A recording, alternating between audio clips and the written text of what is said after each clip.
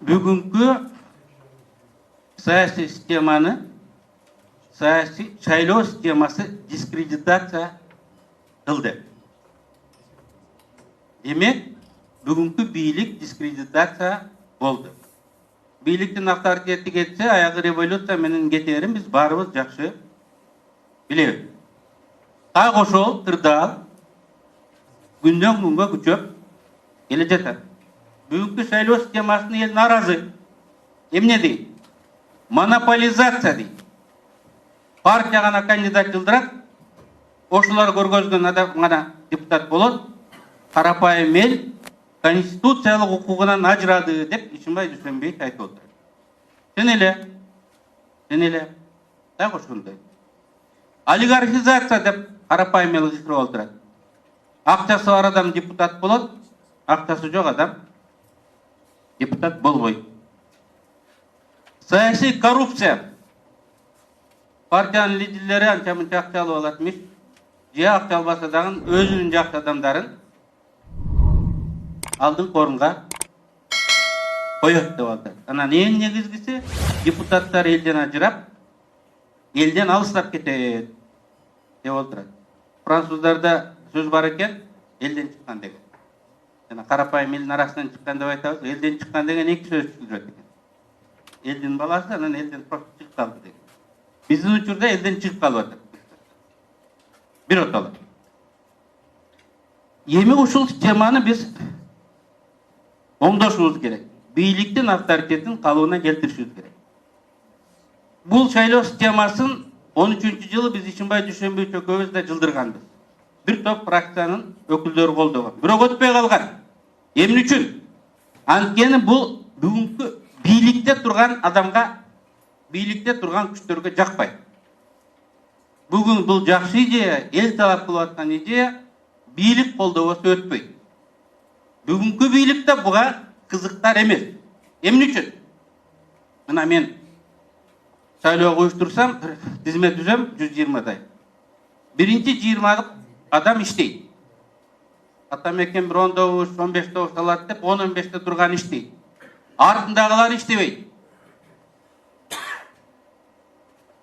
Ошентип карапайым адамдар, карапайым партиялардын кандидаттар иштегенге кызыксыз болот. Алар иштебесе, ал партия добуш ала албайт. Акча берсең дагы ала албайт. А бийликтин партиясы аларды 120 эмес, 1000 турган адам дагы жан талпас кылып иштейт. Анткени анын баласы райондо прокурор, же тууганы айыл өкмөтүнүн башчысы, же дагы гаиде иштейт. Аларга задача конкретно коюлат. 2500 округга мамлекеттик кызматкерлерди бөлүп, добуш чыкпаса кызматыңан ажырайсың дейт. Добуш чыкса каласың дейт. Ошентип бийликке баары иштейт. Оппозициялык өзгөчө жаш партияларга эч ким иштебейт. Кандидаттары да иштебейт. Ошон үчүн алардын шансы эч убакта болбойт. Мен финансылык, информациялык ресурстар жөнүндө айтпайм. Просто адамдарда мотивация, башка партияларда мотивация болбойт. Эмне үчүн бийлик каршы? Эгерде бүгүнкү система болуп калса, жапатырмак иштейт. 120 турган кандидат дагы иштейт.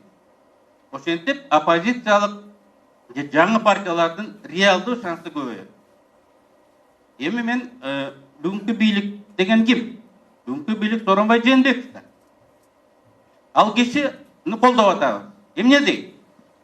Мен парламентаризмди колдойм. Парламентаризм негизи партиялык конкуренттүү система.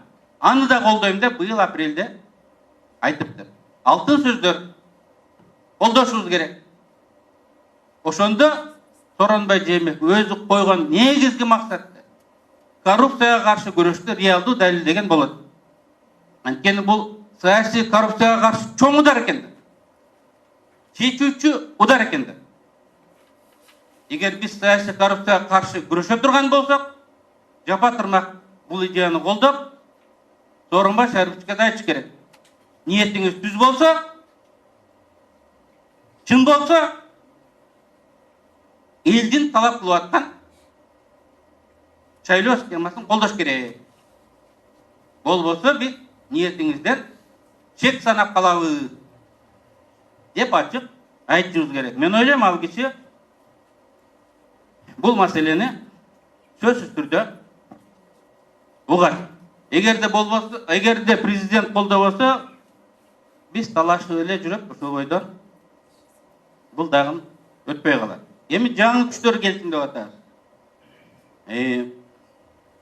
Жакында Украинада шайлоо болуп, өтүп келген депутаттардын орточо жашы 41 жаш болду. Бүткүл Европа өлкөлөрүндө депутаттардын орточо саны 7 жыл 10 жылга 10 жыл мурунка караганда жашарып атат.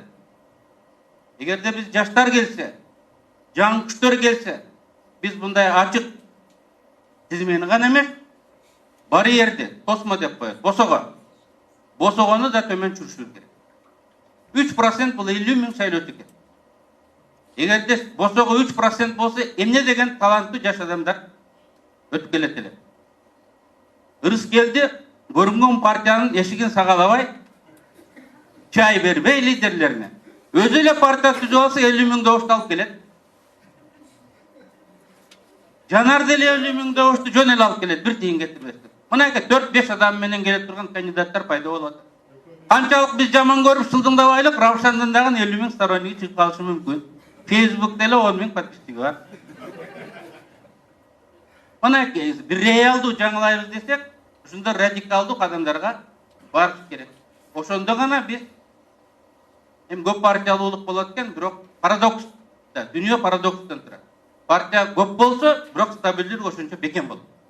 Көп ойлойт, көп суур ийин казбайт дейт. Тассада терең казбайт дейт ба? Бирок бүгүн баары жаңылышат. Бүгүн көп суур жок, бүгүн бир эле суур бар. Кече дагы бир эле суур болду. Биз көп суурду көрө элекпиз. Эми обновление, омоложение, жашаруу жана жаңылануу деген негизги принцип болуп атат. Эми мен бир-эки жерде статистиканы айтып коеюн. Европада өлкөлөрүндө депутаттардын орточо жашы 50 жаш. Американын сенатында 61 жаш, эл өкүлдөр палатасында 57. Кыргызстан, мен жана айттым, Украинада 41 жаш. Италияда сенатта 52 жаш экен, 10 жыл мурун 57 болгон. Көрдүңөрбү? Ар 10 жыл, ар 5 жыл сайын жашап келип атат. Эл өкүлдөр жыйынында Италияда 44 жаш экен, 10 жыл мурун 58 жаш болгон экен. Эми Кыргызстандарды депутаттарын орточо жашы Европадагыдай эле экен, 50,5 жаш. 4 жыл мурун 48 жаш болду. Баары чоңоюп атат да. 48 жаш болгон 4 жыл мурун. Азыр 50,5 жаш экен. Ушулардын ичинен 40 жаштан 59 жашка чейинкилер 79% түзөт. 80%. Бул 40 жаш менен 60 жашка чейинки бул саясий жаштык деп эсептелет. Күчүнө толуп тажрыйба жыйнап турган турактагы адамдар 80% парламентти түзөт экен. 60-тан аткандар 11%, 40-ка чейинкилер 9%. 10% түзөт экен. Негизин гүлдөп, энергия соргуштап, тажрыйбасы толук адамдар түзөт экен. Эми ушул депутаттардын арасынан 43 депутат мурун депутат болушкан экен. Бул 35% түзөт. Мен бүт угармандарга айтат элем, бүгүн депутаттардын 35% эле мурун депутат болгон. Почти 70%, 65% жаңы депутаттар. Жаш депутаттар экен. Бирок жаш, жаңы дегендин өзү эч нерсеге кепилдик бербегендигин көргөзүп турат. 80% биринчи жолу депутат болгон. 70% биринчи жолу депутат болгон. Анын ичинен 80% 60-ка чейинки болгон парламент өзүнүн сапатын көргөздүбү? Ал тескерисинче чимкирик аталды да. Бул факт. Ошондуктан сунуш кылынып аткан система адамдардын сапатын дагы жакшыртканга шарт түзөт. 3% түшсө неудобный адамдар өткен. Алар неудобный суроолорду берет. Алар уктаганга бир нерсени жашырып койгонго мүмкүндүк бербейт. Бир моменттерде мен да ойлонгом. Кыргызстанга 3 партиялуу система керек. көп партия болбойт экен депчи. Бирок эми биз өлкөдө эмес, дүйнөдө болуп аткан өзгөрүүлөрдү карайбыз да. Азыр өзгөчө өлкөдө 3 партия болсо, бирөө өзүңдүн партияң, бирөө үкәңдин партиясы, бирөө будаңдын партиясы болуп эле партияны формально 3-кө бөлгөнү менен бир чөнтөктө болот экен. Ошондуктан өкмөттүн бийликтин стандартына туура келбеген, өлкөнүн келечеги боло тургандай ординардуу эмес, ой жүгүрткөн жаңы саясатчылардын келишин каалайбыз десек, сунуш кылып жаткан системаны анча мынча өзгөрүүлөр менен мен колдош керек деп эсептейм. Бул да жакшы. Эми бул жөн голосование боюнча. Биз Ишимбай Дүйшөнбек экөөбүз 13-жылы Финляндияныкын жылдырган экенбиз. Бул бюллетенден мисалы Атамекендике добуш бересиң. Атамекен деген жазуунун алдында 3 кружок болот. Ал жерге 3 кандидаттын номерин жазып коесуң. Кабинага кирсең, ар бир партиянын номерлери турат, анан Атамекенден 80-чи, 90-чу, 120-чи деп жазып койсоң, ошол кандидаттар алдыга эсептелгенде өтүп кетти. Бул жөнөкөй. Бүгүн айылда кемпирлер дагы ушинтип добуш берет. Анткени айылдык кеңешке мынага мандаттуу шайлоо, кандидаттар атыбыздын туп калат деп эже 9-чуга, 8-чиге добуш бериңиз деп бул жерлерин жазып берет. То есть бул технология мындай бизде белгилүү. Барып номерин жазып коет, ушуну менен бүтөт. Эми муну өздөштүрө алабы кемпир жалдар билбейм, бирок бул дагы абдан жакшы, экономдуу экен. Мага жакканы компьютердин ичинде эмне болуп атканын эч ким билбейбиз да. Эң негизгиси кагаз түрүндө далили бар экен. Ар бир шайлоо алганда кимге добуш бергенин көрөт, туура эмес болсо барып жаңжалсын. Аны урнага коюлат. Бүгүнкү биздин мыйзам боюнча электроника көргөзгөн результат предварительный результат. Чыныгы результат урнадан алып туруп санаганда чыгат. Эгер так ушуну ойсо дагы мен оюмча мындай эч уурдап алуу, компьютер алдап койду деген болбойт. Анткени шайлоочу кагаз вариантын алып эмеге таштайт экен. Урнага. Жок, фамилиясы жазылбайт да, өзү гана билет. Эгер айтса, конечно, тайнасы бузулат. Анан мен бул системаны сунуш кылгандарды тааныйм, билем. Бул арендага да берилет. Мындай 5 жыл сакташтын кереги жок. Муну сатып алып 5 жыл сактасаң, 5 жылдан кийин бул мусор ыргыта турган болуп калат. Моралдык жактан да, физикалык жактан да эч керек. Бул тынымсыз күнүгө өзгөрүп турган буюм да. Арендага келет. 5 жыл мурун таптакыр жаңы, мындан да жаңылары келип калат. Анда жөн эле биз билбеген технология келет. Ошондуктан урматтуу жолдоштор, абдан жакшы идея сунуш кылынат. Рахмат. Азыр Өмүрбек Черкешевич айтпадыбы? Мен ишенгим келет, ал киши убадасында турат деп. Мен убадасында турарына ишенбейм, ачык айтам. Анын ниетинен күмөн санап калат эгер ал жолго барбаса дейт. Бир кездерде айткан эле да, ак эмгек, адал ниет. Сиздин ушундай көрөгөчтүгүңүз үчүн сизге баатырдыкты берем деген эле да ал киши. Андан күмөн санаштын кажети жок. Эгерде бул киши шайлоо системасын жаңылайм десе, жанындагы биринчи жан жоокерлерден көз карады да Өмүрбек Черкешевич. Мына Ишембай Дүйшөнбек экөөңөр улам жаңы системаларды сунуш кылып атпайсыңарбы? Анын тегерегинде андай кишилери жок. Анын тегерегинде башка кишилер. Башка жакта иштеп бере турган кишилер. Биз үмүттү коюшубуз керек, бирок үмүт реалдуу болуш керек да. Жанагы Киплинг айткандай, умей мечтать, не став рабом мечтаний дегенди. Мы не должны быть рабами своей мечты. Да, идеальный вариант экен, да, ушундай болот экен деп. Мына азыр бул жерде бет ачарын жүргүзгөндө 5 мамлекетти мисал келтирди. Нидерланд, Финляндия деген сыяктуу. Дүйнөдө жетишкендиктери боюнча биринчи ондуктагы турган 5 мамлекетти келтирди. Дүйнөдө биринчи ондукта турган. Биз Кыргызстан кайсы жакта турарыбызды өзүбүз билебиз. Мына жөнөкөй эле биринчи А дегенди эмнеден башташыбыз керек биз?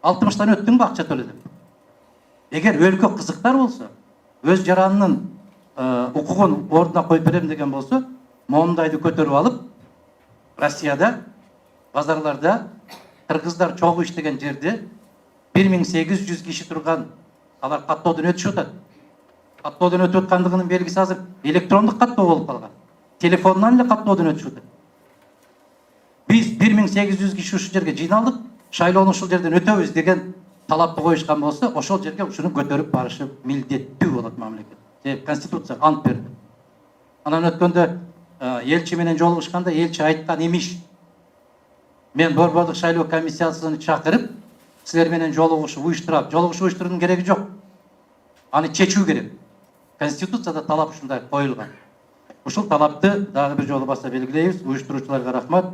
Мен эч бир жыйындарга көп катышчу эмес элем. Мына ошол шайлоо кодексине тийиштүү болгон маселелер боюнча Динара айым, Гүлнара айым экөөңөргө эч бир жыйында жок деп атканым жок. Эгер парламенттик ачык укууга даяр болгон болсо, ал жерде дагы чыгып баяндама жасап берүүгө даярмын. Рахмат, ийгилик болсун.